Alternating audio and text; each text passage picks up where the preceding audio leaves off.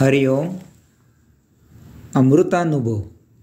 योगदास श्री जय गणेश जोशी यांचे प्रवचन. अध्याय 9. जीव मुक्त दशा कथन. ओवी क्रमांक 1. आता आमोद सुनास झाले, श्रुतीसी श्रवण रिधाले, आरिसे उठिले लोचनेसी. अर्थात नाक सुगंध झाले, कान शब्द झाले, डोळे आरसा झाले. आत्मपरब्रह्माची अनुभूती प्राप्त झाली, साक्षात्कार झाला की आपल्याला कैवल्यावस्था प्राप्त होते. या योगे आपली भावदशा काय होते ते आता माऊली आपल्याला पुढील काही ओव्यांमधून सांगत आहेत. अशी भावदशा झाली की ओळखावे की आपण योग्य मार्गाने यात्रा करत आहोत. माऊली सांगतात की आता आपल्याला प्रज्ञा प्राप्त झाल्यामुळे आपली देहादी इंद्रिये तरल होतात, ती त्यांची ती कार्य करू लागतात. विशेष असे की आता त्यांच्यावरील मनाचा ताबा नष्ट होतो, ती स्वतंत्रपणे कार्य करतात, ती सदा प्रभू सन्निध राहतात. नाक सुगंध झाले. आता नाकाला मुद्दाम वास घ्यावा लागत नाही, आता नाकाला सर्वत्र सुगंध येऊ लागतो. ही सृष्टी आत्मपरब्रह्माची आहे. येथे सुगंधाशिवाय अन्य काही असूच शकत नाही. आता येणाऱ्या वासाला नाक मुरडले जात नाही. जो वास येतो तो प्रभू विभूचा आहे. काही वासामध्ये फुलपाखरे राहतात तर काही वासामध्ये किडे राहतात. फुलपाखरे किंवा किडे दोन्हीही त्या आत्मपरब्रह्माचीच लेकरे आहेत. सर्वत्र त्याचाच निवास जाणवत आहे, सर्वत्र त्याचेच दर्शन होत आहे. कान शब्द झाले. आता कानांना वेगळे असे काही ऐकावे लागत नाही. जो ज्यामधून जसा शब्द उमटतो तो त्या प्रभू विभूचा असतो, तो त्याच्यासाठी असतो, तो त्याचा असतो. कान त्यांचे श्रवण आपोआप करतात.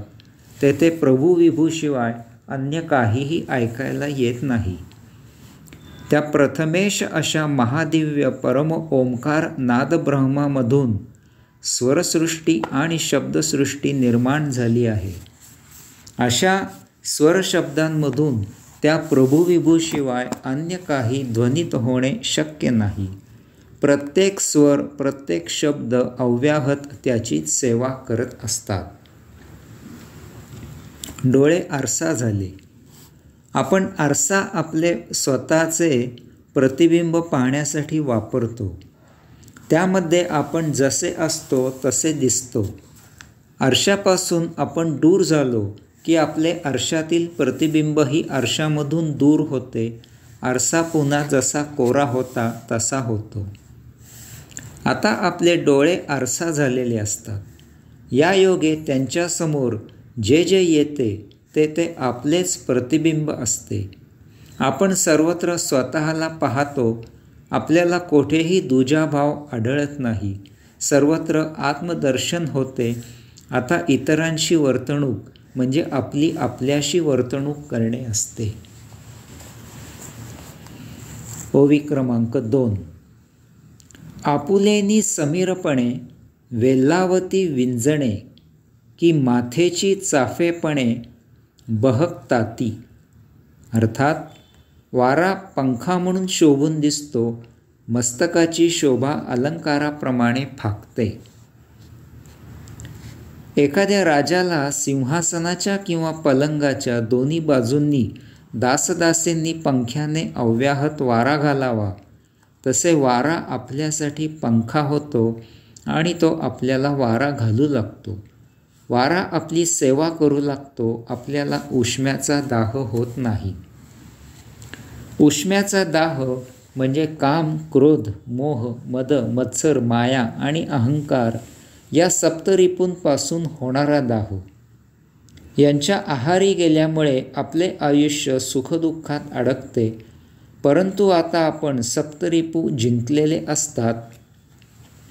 केवल स्थिती प्राप्त झाल्यामुळे आपण या सर्वांच्या पलीकडे जीवन जगतो. अध्यात्मरूपी वारा आपल्या या सर्वांपासून रक्षण करत राहतो.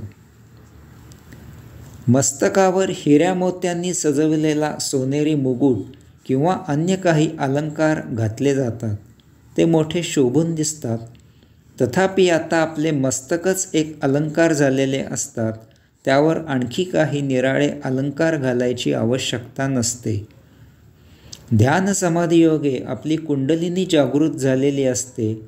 त्या योगे ती प्रथम मूलाधार चक्रामधून व्युत्थान होते आणि सुषुम्ना नाडी मार्गे एक एक चक्र वर सरकत सरकत 7व्या सहस्त्रदल पद्मचक्रात पोहोचते. येथे आपल्याला कैवल्य प्राप्त होते. आता आपण विश्वाच्या सार्वभौमपदी विराजित होतो.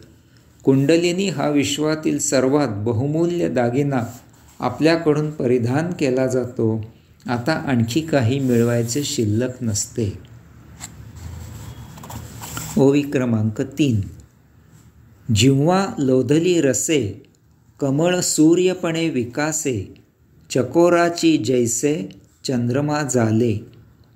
अर्थात जीभ रसाने थपथपली, कमळ सूर्यरूप झाले, चकोर पक्षी चंद्र झाला. कैवल्यावस्था प्राप्त झाल्यावर आता कसल्या आल्या आहेत भिन्न भिन्न चवी आणि ढवी.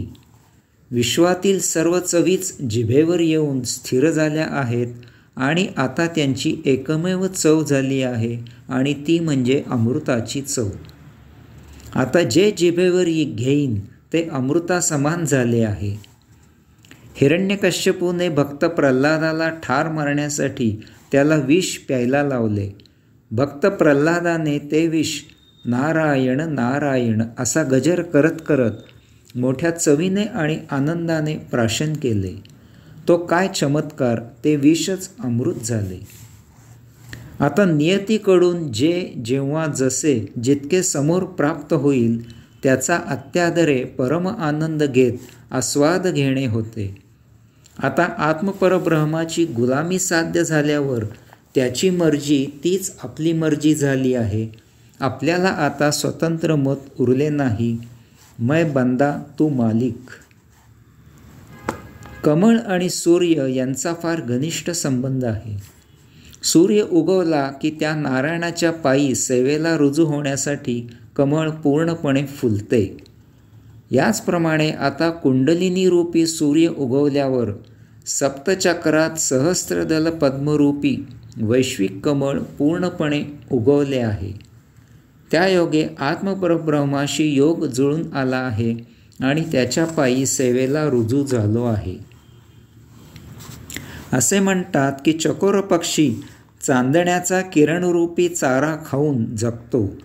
त्याला चांदणे फार प्रिय आहे. यास्तव तो चंद्र उगवण्याची फार आतुरतेने वाट पाहत असतो. अमावास्येला चंद्र उगवत नाही म्हणून चकोर पक्षी त्या दिवशी उपवास करतो.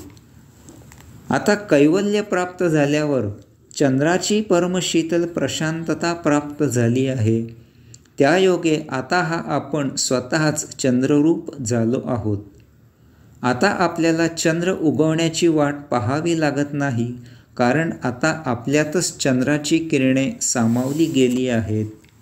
हीच परमतृप्ती आहे. हरिओम.